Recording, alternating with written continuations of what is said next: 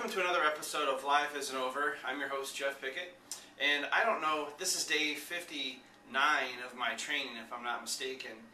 That is 59 training runs so far, and as far as the episode numbers, to be honest, I don't know.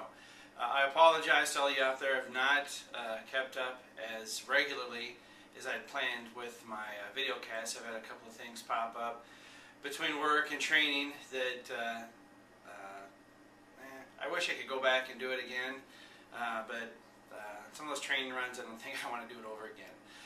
So anyway, I got a lot to talk about, and I know I've got a short period of time to do it in, according to the guides at YouTube, who only let you do these for about 10 minutes.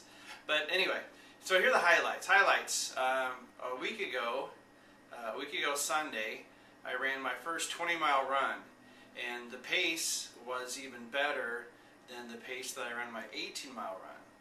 Now, that is a reason for celebration. If you can get 20, then you can certainly do 26. I've got a couple more 20-mile training runs to go. The downside is that in the midst of my training, I learned another lesson, one of many, and that is don't incorporate too many new things into your training regimen. I think I told you on this podcast perhaps that I was looking at reading a book called She Running, which I have been, and there's a lot of great information in there. But where I'm at in my training with about 8-9 weeks left to go, it's not the best time to incorporate a different type of stride, which is what I was doing, and my calf muscle decided to say, hey, I'm not ready for this. So I've been running through some issues with my calf muscle, very tight at the beginning. After the first mile it seems to go away, and actually the rest of the day it's okay until I run again. So again, learn from me, if nothing else, and just be careful about incorporating too many new things into your regimen. The second highlight for me, actually second and third kind of go in place. I have, I'll see if I can get close enough. Maybe this is too close.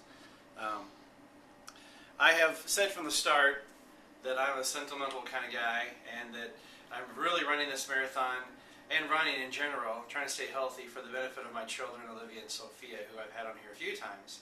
So I played around with the logo. I think I've showed it on here maybe the last couple of times at the end. But in my mind, I just saw a big O for Olivia, and then I saw that when you cut that in half, it becomes an S. And so I went to a local jewelry designer and asked them if they would make a charm or a necklace for me. And then I came up with the idea that when the kids turn 10, then I will give them one of their own. So I've actually had 3 of these made, one for Dad, so that I can wear this when I'm running the Twin Cities Marathon, and then also the half marathon here in Sioux Falls. But then I want to give them something so that they know that 10 years ago, or 7 or 6 years ago, that Dad was thinking about them. So I've done that as well. And it just so happened that I actually got this necklace and wore it. The first time that I wore it on a run was this past Sunday, 2 days ago, which was the anniversary, or the Memorial Day, if you will, for the day that my grandfather, Leo Garrett, died, August 8th of 2000. And again, I am very sentimental about my family, and especially of my loved ones that have, fortunately, not too many of them have passed away, but my grandfather I was very close to. And when he died, it really spun my world into motion, where I started to evaluate how healthy I was, not at that time. And so anyway, for the last 2 years now, I've run 8 miles on his on the anniversary of his death. So I was able to accomplish that. Actually, I'm sorry, not Sunday, but Saturday morning. Other than that, the training is going. It's about 4 to 5 weeks until the half marathon. I believe it's about 8 weeks until the Twin Cities Marathon. I am a little bit worried about my pace. I want to beat 4 hours. I really want to beat that. So we'll see how it goes. I have come across a little concoction. Maybe I'll do a little podcast on this as well.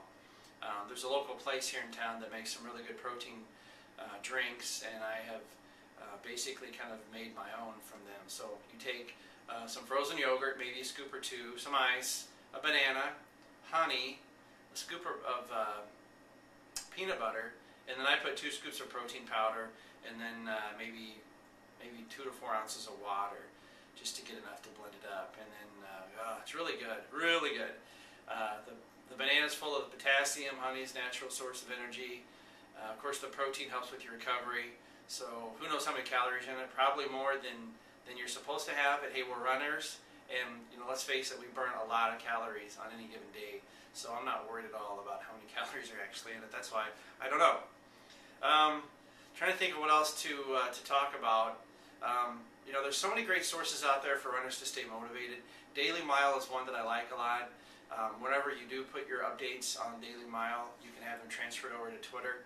So your Daily Mile / Twitter friends can see how your running is progressing. So that's kind of fun. There's also a lot of good charts and graphs so that you can track your progress as well as your friends. That's about it. I really thought I'd have a lot more to talk about, but it's early morning. Need to get ready for work. So that's about it. All right. So we'll close down. I hope to see you later out on the trails.